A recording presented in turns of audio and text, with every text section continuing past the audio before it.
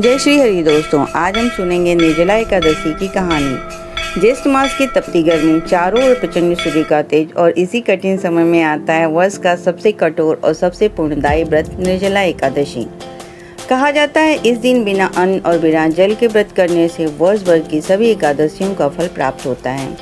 लेकिन क्या आप जानते हैं इस व्रत की शुरुआत कैसे हुई? क्यों महाबली भीम ने यह कठिन व्रत रखा और क्यों स्वयं भगवान विष्णु ने इस व्रत को सबसे श्रेष्ठ बताया? आज की इस दिव्य कथा को हम जानेंगे। निर्जला एकादशी की संपूर्ण कहानी, इसकी महिमा, पूजा विधि और वह रहस्य जो हर भक्त को जानना चाहिए। महाभारत काल में पांडव भगवान विष्णु के परम भक्त थे। युधिष्ठिर, अर्जुन, नकुल और सहदेव सभी श्रद्धा से हर एकादशी का व्रत करते थे। माता कुंती और द्रौपदी भी नियम पूर्वक उपवास करती थीं। लेकिन पांडवों में एक ऐसा वीर था जिसकी शक्ति अपार थी, जो हजारों हाथियों के समान बलवान था, परंतु वह भूख को सहन नहीं कर पाता था। वह थे महाबली भीमसेन।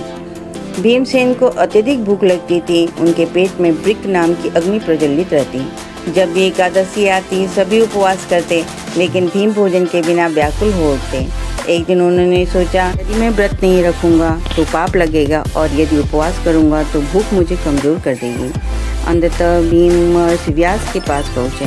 भीम बोले, गुरुदेव, मैं दान कर सकता हूँ, युद्ध कर सकता हूँ और भक्ति भी कर सकता हूँ, लेकिन भूख सहन नहीं कर पाता। कृपया मुझे ऐसा उपाय बताइए जिससे मुझे सभी एकादशियों का फल मिल जाए।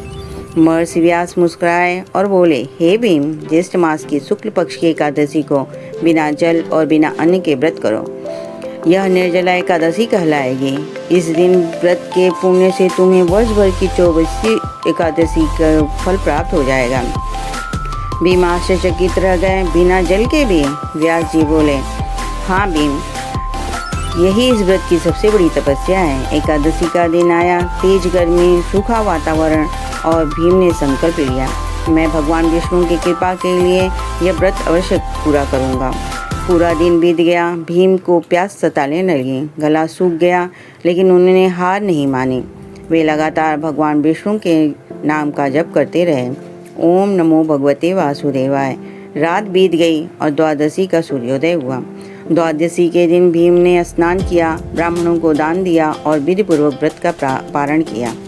तभी अचानक वहाँ दिव्य प्रकाश फैल गया। शंख, चक्र, गदा और पद्म धारण किए भगवान विष्णु प्रकट हो गए। भगवान बोले, हिम, तुमने अत्यंत कठिन व्रत पूर्ण किया है। जो भक्त श्रद्धा और नियम से निर्जला एकादशी का व्रत करेगा उसे समस्त पाप से मुक्ति मिलेगी और अंत में मोक्ष की प्राप्ति होगी। भीम ने भगवान के चरणों में प्रणाम किया। तभी से यह व्रत संसार में प्रसिद्ध हो गया। धर्म ग्रंथों के अनुसार इस व्रत से सभी एकादशियों का फल प्राप्त होता है।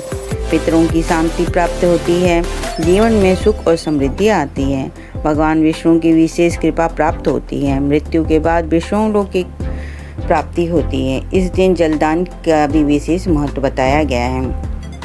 पूजा विधि। प्रातः ब्रह्म मुहूर्त में उठकर स्नान करें। घर के मंदिर में भगवान विष्णु की प्रतिमा स्थापित करें। उन्हें पीले वस्त्र, तुलसी दल, फल, धूप, पंचामृत अर्पित करें।